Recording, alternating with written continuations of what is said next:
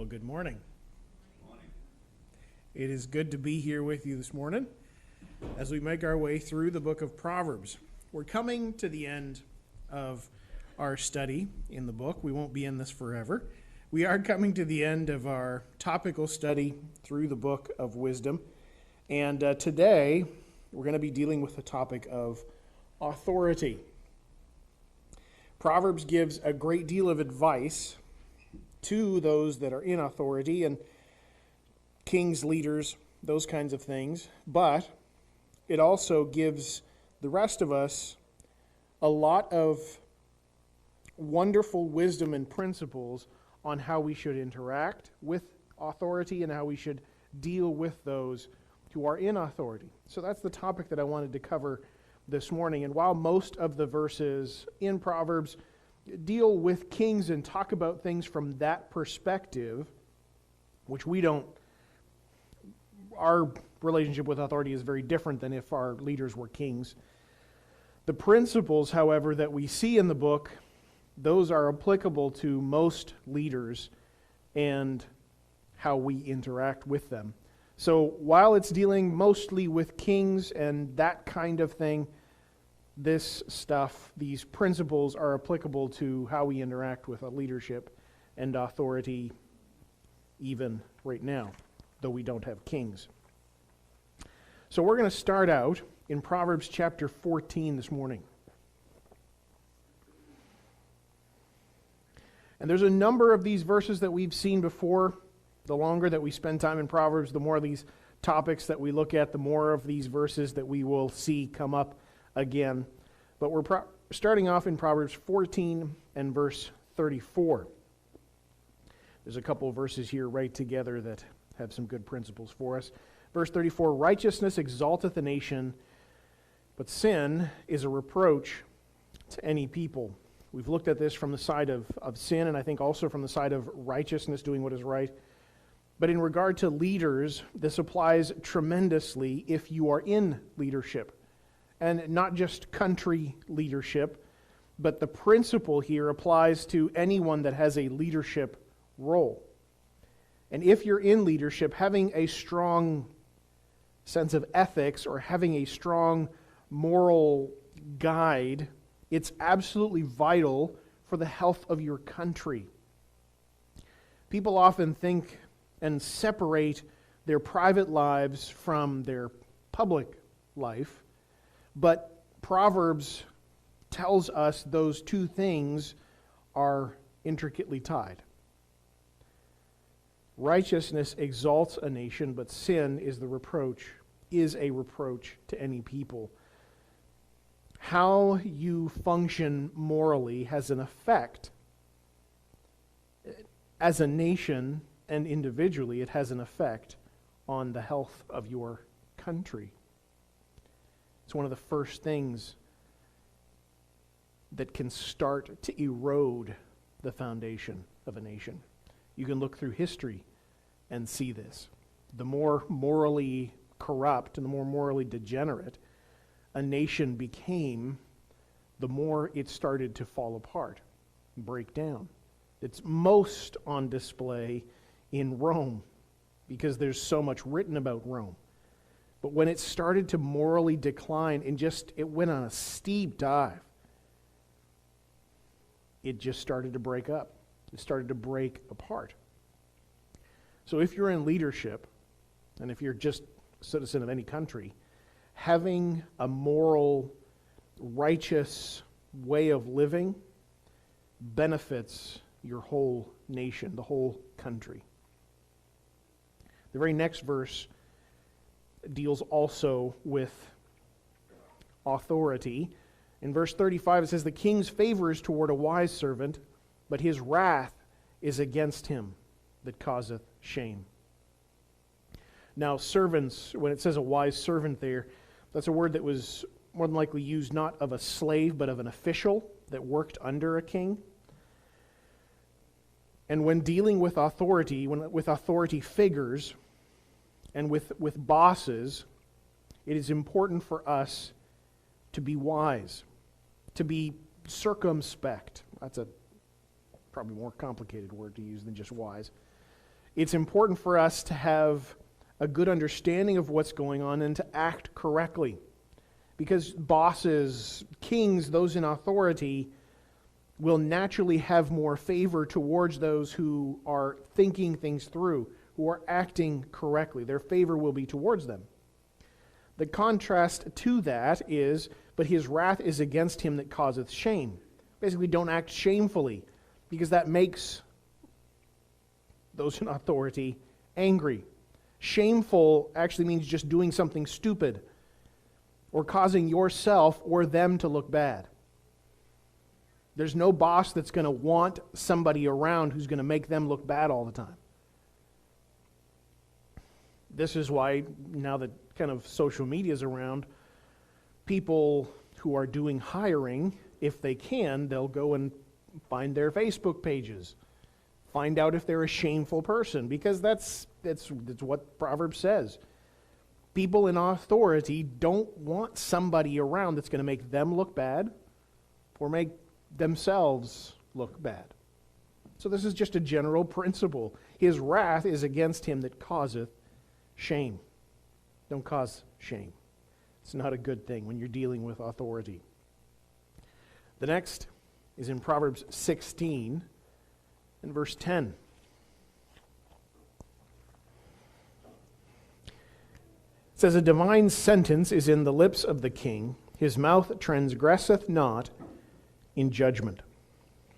This brings most of all the difference, or it showcases most of all the difference between kind of modern day leaders and kings.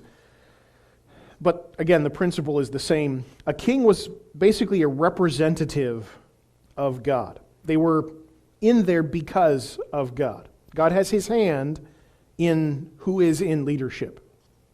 Okay, he can guide and take care of that stuff. Therefore, the responsibility of someone in leadership is greater because of the position that they hold. His decisions, the decisions of a leader, carry greater authority and greater power. Therefore, a king should not pervert justice. There is a higher level of expectation. There is a higher level of...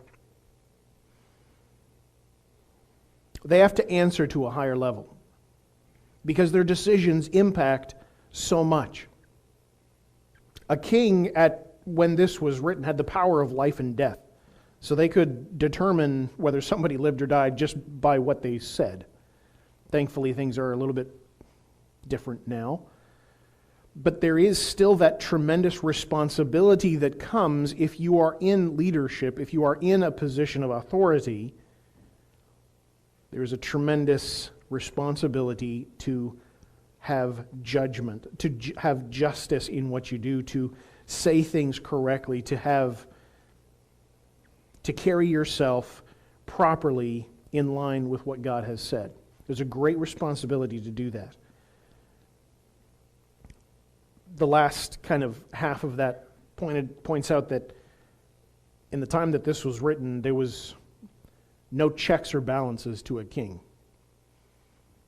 They said what they said. They could do what they want. If they said something, there was no one to counteract that, to rein that in. So there was tremendous power. So there was tremendous responsibility with that. And then just a couple verses down from that in verse 12, that same idea is carried out. It's brought out even more in verse 12. It says, "It is an abomination to kings to commit wickedness, for the throne is established by righteousness." Those who are in authority are there because God has allowed them to be there. So it's especially sickening, it's especially stomach-turning for them to be wicked. A wicked leader is making God sick when they're acting in a way that is not respectful of the fact that the position that they have is because God allowed it. They're there because God allowed them to be. And so there's a tremendous responsibility that comes with that. Those who are in authority are there because God has allowed them to be, so it's especially sickening for them to be wicked. It's just such a tremendous responsibility to be in leadership. And if you don't respect the fact that God had a hand in putting you there,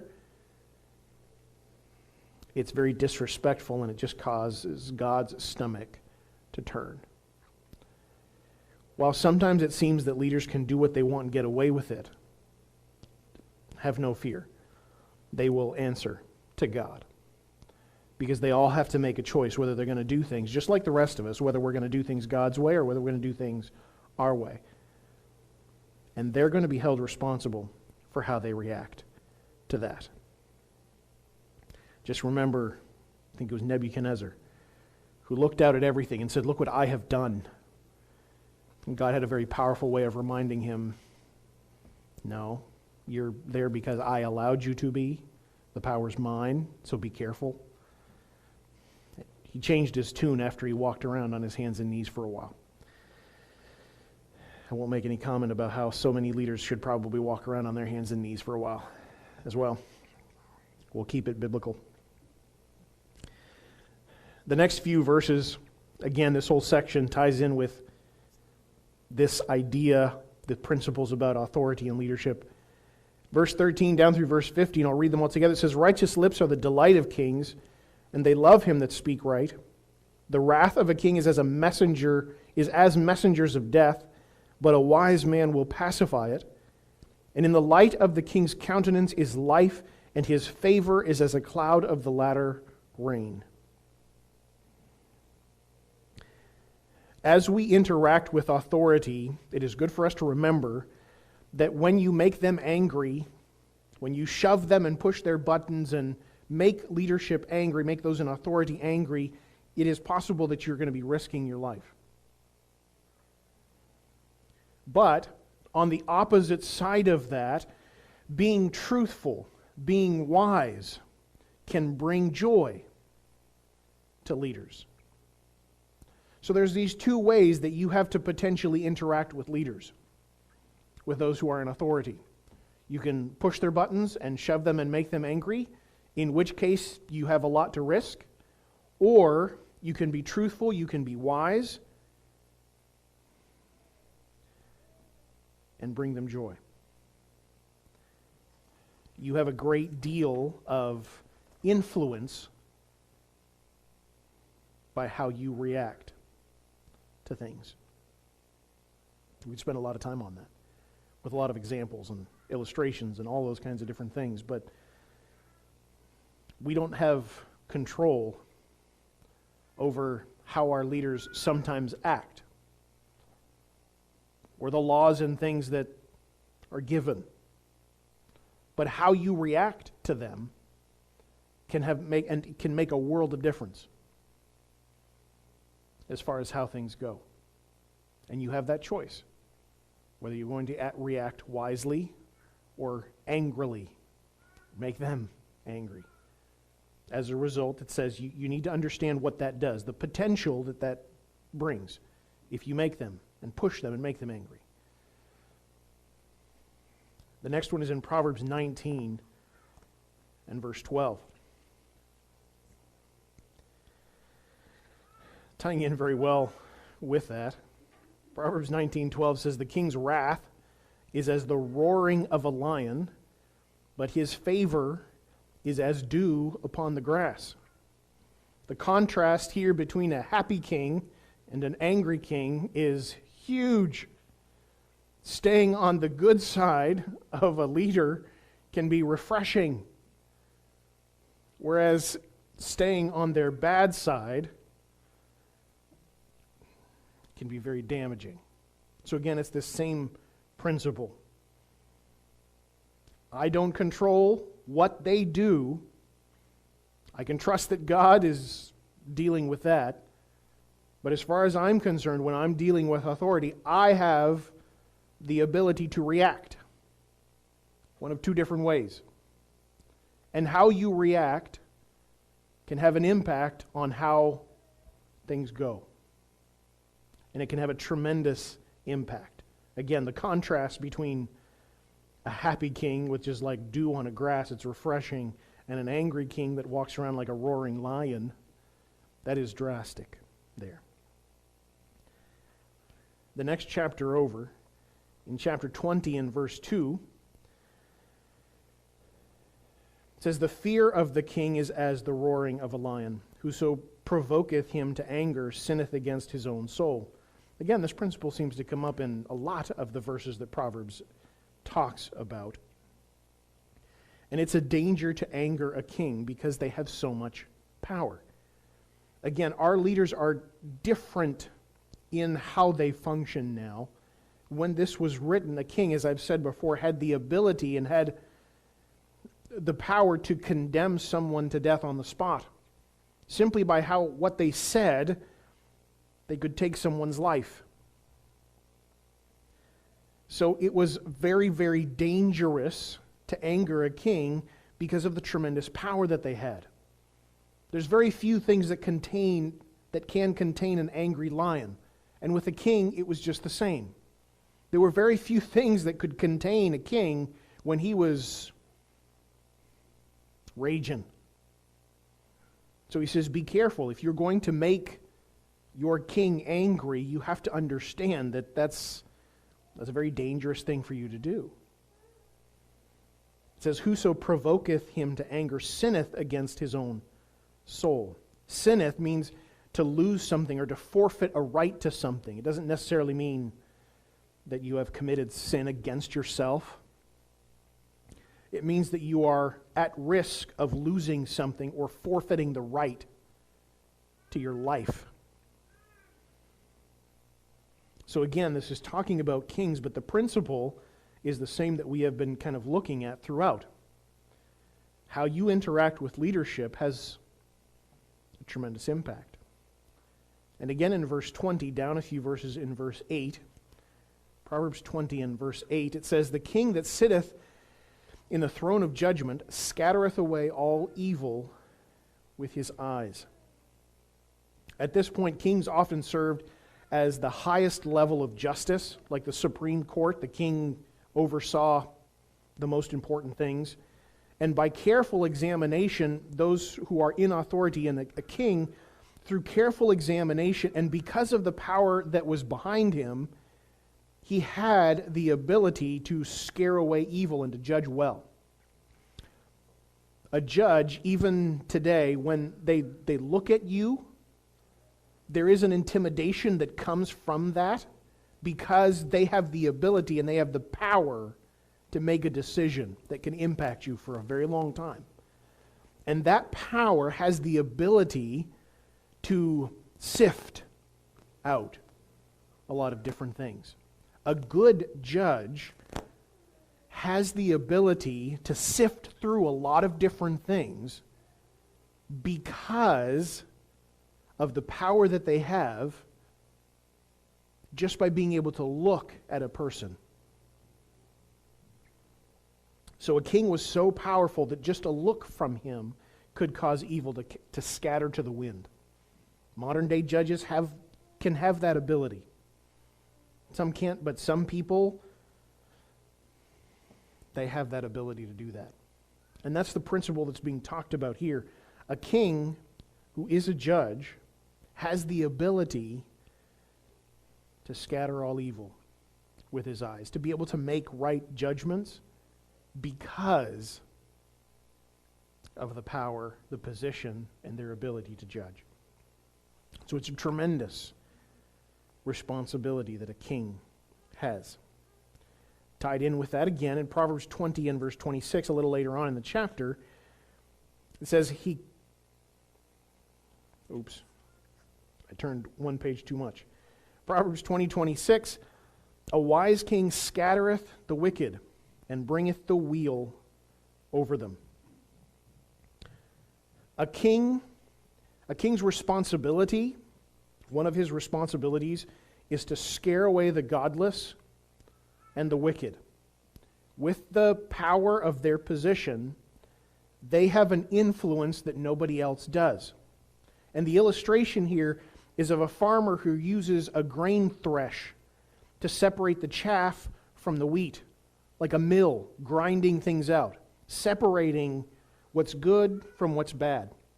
And that was a king's responsibility. A wise king, that was his responsibility. That was what he was able to do, to bring the wheel over the wicked so that it could drive away what was bad and reward that which was good. His responsibility was to scare away the godless, the wicked. They have a tremendous responsibility. Authority has a tremendous responsibility. Then Proverbs 21 and verse 1. It says, "The king's heart is in the hand of the Lord. As the rivers of water, he turneth it whithersoever he will." The principle is eminently simple. God is sovereign, and he's in control. Even over the most powerful people, God is sovereign over them. Everyone in authority cannot and does not have more authority than God. Now, there's a lot of other things that go into why God doesn't immediately judge people who abuse that responsibility and the authority that they have. There's a lot of other principles that Proverbs talks about. There's a lot of things about how God gives to a country what they want, oftentimes what they deserve, the leaders that they deserve. But God is sovereign, and he's in control. So if there's a leader out there who has turned their back on God, just doesn't care and is acting foolhardily and all of those different things, like he doesn't want God to do with anything, don't be concerned. They have not superseded God. They're not more powerful than God. They have the same amount of responsibility to God that we have. They're going to answer to God in the same way that we do. And God is sovereign. He is in control. The things that are going on are not outside of his ability. God is sovereign. Then we'll finish with this next verse. Proverbs 22 and verse 29.